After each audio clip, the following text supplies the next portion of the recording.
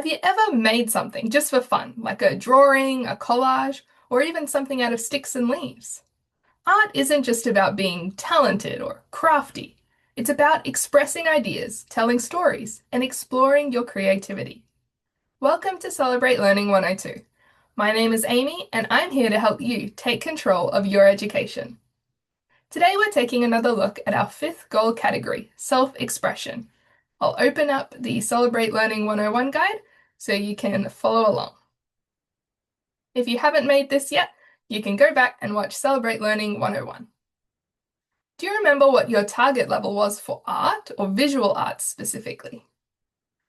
If you're working at the lower levels, start by experimenting and just playing with different materials. You could make a collage using different textured paper. You could play around with oil pastels, watercolors, crayons, all kinds of things. You could also create art using natural materials like sticks, ochre, or charcoal, and make dot painting like Aboriginal and Torres Strait Islander artists have done for hundreds of years. Art is important for people and communities because it helps us share stories and ideas. Just have fun and see what you can create. At the middle level, start thinking about how and why art is made. You could visit an art gallery in person or explore one online. Here's a famous artwork of some droopy clocks. Check out what colors and shapes and materials are used, and then what idea do you think the artist is trying to convey? What emotion is in the image? Here are some artworks by First Nations Australians. These ones are possibly thousands of years old. How do they show connection to country and culture? What is the meaning behind the symbol? What's the story? You could also start collecting your own work in an art folio, so you can see how your skills improve over time. As you move to the higher levels, begin developing your own style and ideas. Experiment with different techniques and reflect on what works best for you. Here's an example where someone has written notes about their artwork.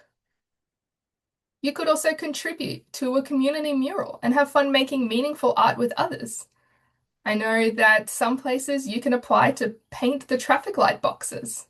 Try combining materials and techniques to communicate a message or perspective. You can also display your work, maybe create a mini exhibit at home, or share your art online.